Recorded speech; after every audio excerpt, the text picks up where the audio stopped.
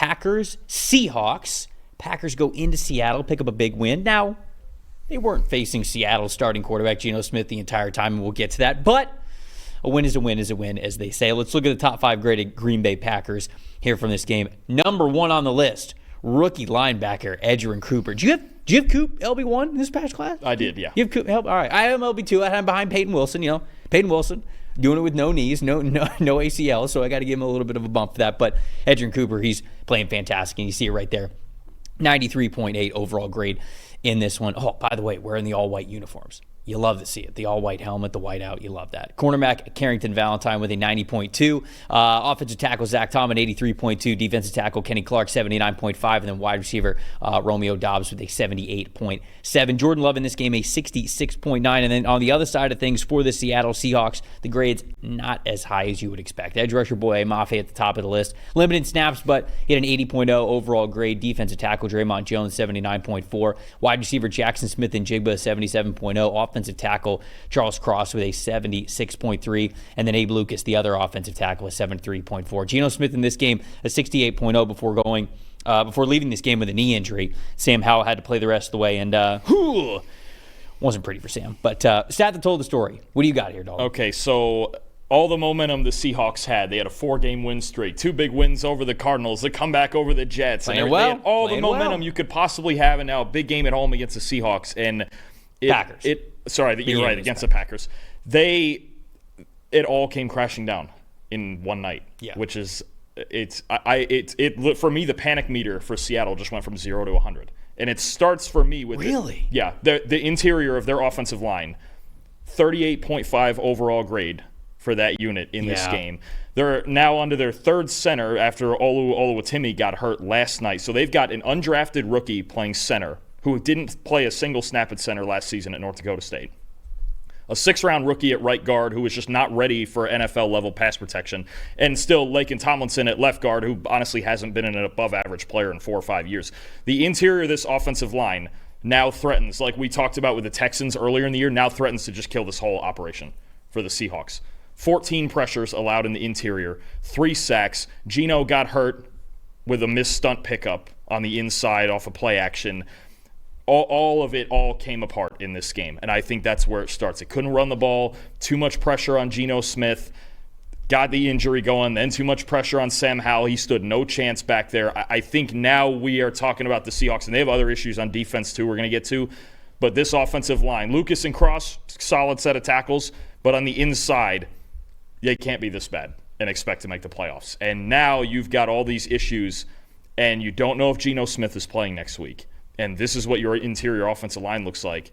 You have to face Brian Flores and the Vikings next week with everything they throw at you. Not ideal. Not ideal. Yeah. And the Rams suddenly have gotten hot, and they're actually on the tiebreaker in first place right now. I'm almost immediately now at a 10 out of 10 panic meter for the Seahawks because of this offensive line.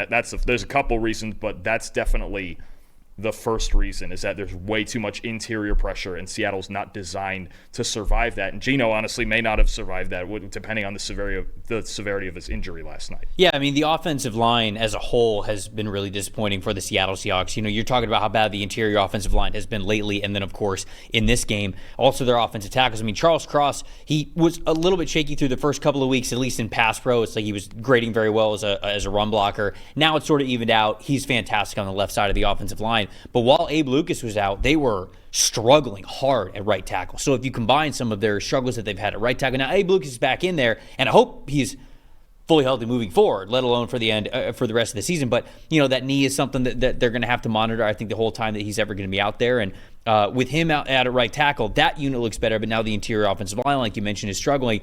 They are my most disappointing in this game.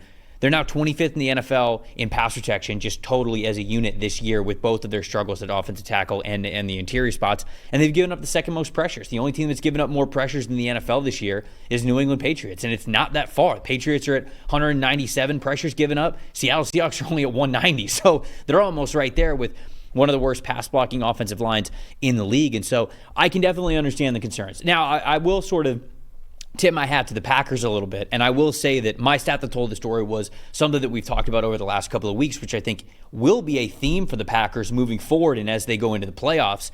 It's the hot starts. Man, the first quarter, first half, this team is fantastic. They went into this game top 5 in the NFL in terms of most points scored in the first half. And in this game, 0.672 EPA per play in the first quarter. That is incredible.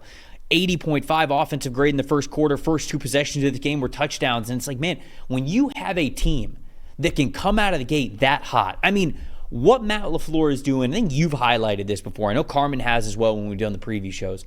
Matt LaFleur is not getting enough love right now for Coach of the Year, for what he is doing with this group, how well they are playing. And I think that how they start out of the gate really shows you when coaches are fantastic. You know, we've talked about that with Kevin O'Connell with the Minnesota Vikings, how high of a percentage they have at moving the ball really well, getting into scoring range, and even scoring touchdowns on those first drives.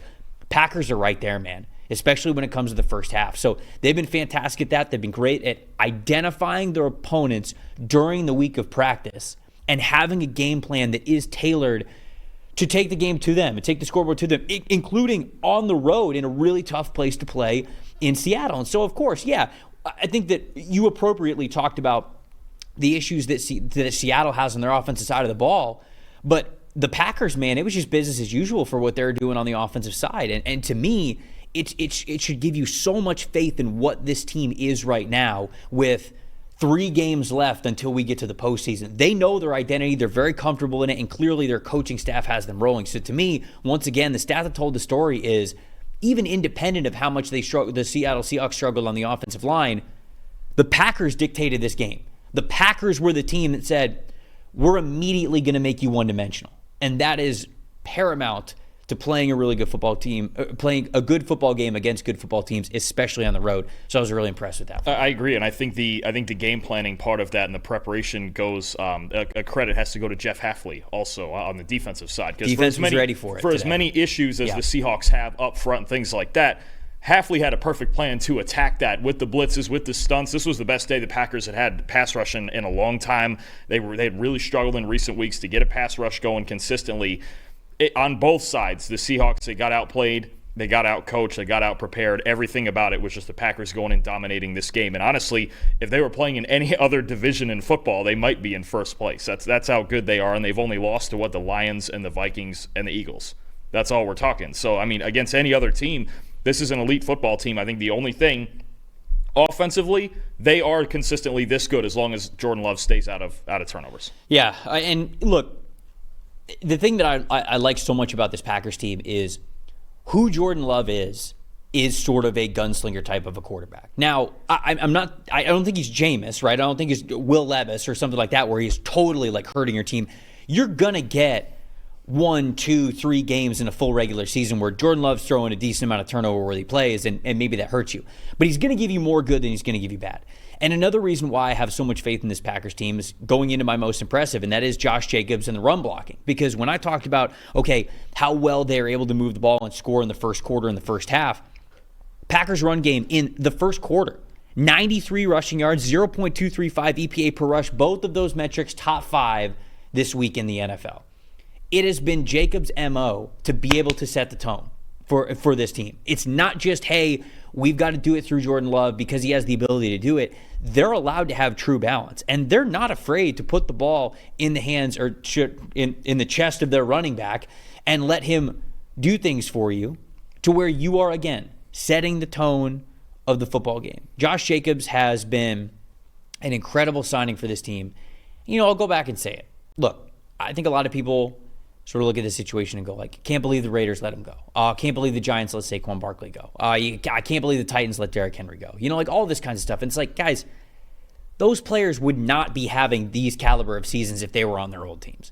It was a perfect job by the Packers pro personnel staff to identify a player who's going to hit free agency and prioritize them, even when they had Aaron Jones, right? And Aaron Jones has been a top 10 back in the league for 3-4 years. But they were like, hey, we're going to let Jones walk, or we're going to move on from Aaron Jones, and we're going to bring in Josh Jacobs because he's a little bit younger, and we think that he could actually fit what we want to do even a little bit better. And it's tough to be able to do that. The Packers did so very, very well. So again, the run blocking I think was fantastic this week for the Green Bay Packers, and then Josh Jacobs just doing his thing in the first half specifically. You're darn right. They identified a stud in free agency they needed. They also identified a stud in the draft they needed in Edgerrin Cooper at linebacker. I'll tell you what, he was the highest graded linebacker in college football last season. Like you mentioned, a very good LB1 argument in this year's draft. 93.8 grade in this game, the highest by any Packers linebacker this season who's played at least 15 snaps. Best linebacker game by a Packer all season, and this is a spot where they have struggled, especially lately. 2 pressures and a sack as a blitzer on only 3. I think he only blitzed 3 times, and he had 2 pressures and a sack. 6 targets in coverage, 2 catches, an interception, a dropped interception, 2 stops. Edgerrin Cooper, if he's going to play like this adds another level to the middle of this defense, because that's the one thing I've been the most concerned about with the Packers since the beginning of the year. How much can Jeff Hafley improve the middle of this defense? We know Xavier McKinney's been great, so at the linebacker level and even in the slot some, Javon Bullard's been playing. We've seen Evan Williams a lot. We've seen a lot of young kids in the middle of this defense. If Cooper is going to go and make them even better than they've already been. They forced a lot of turnovers this year, but hasn't always been the most consistent play. A guy like Cooper is somebody who can have them competing with Philadelphia, with Detroit, with the more physical teams, the way he can play in the run game, the way if he's going to cover like this over the middle, that's huge, especially if you're playing Detroit. That's their whole passing game is designed to exploit linebackers.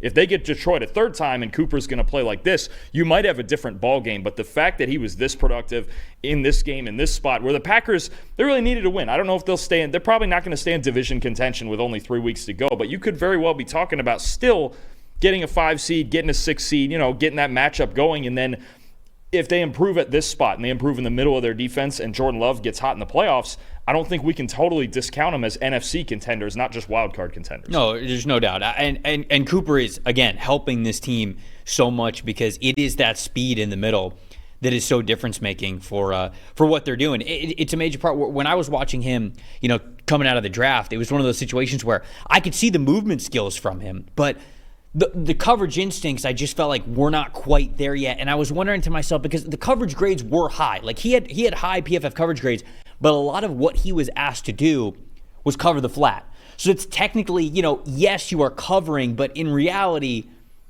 it's almost more of a run defense. Could he do it? Could he do it in space? Can you retreat? Yeah. Can you get backwards? Can you do it in drop zone coverage?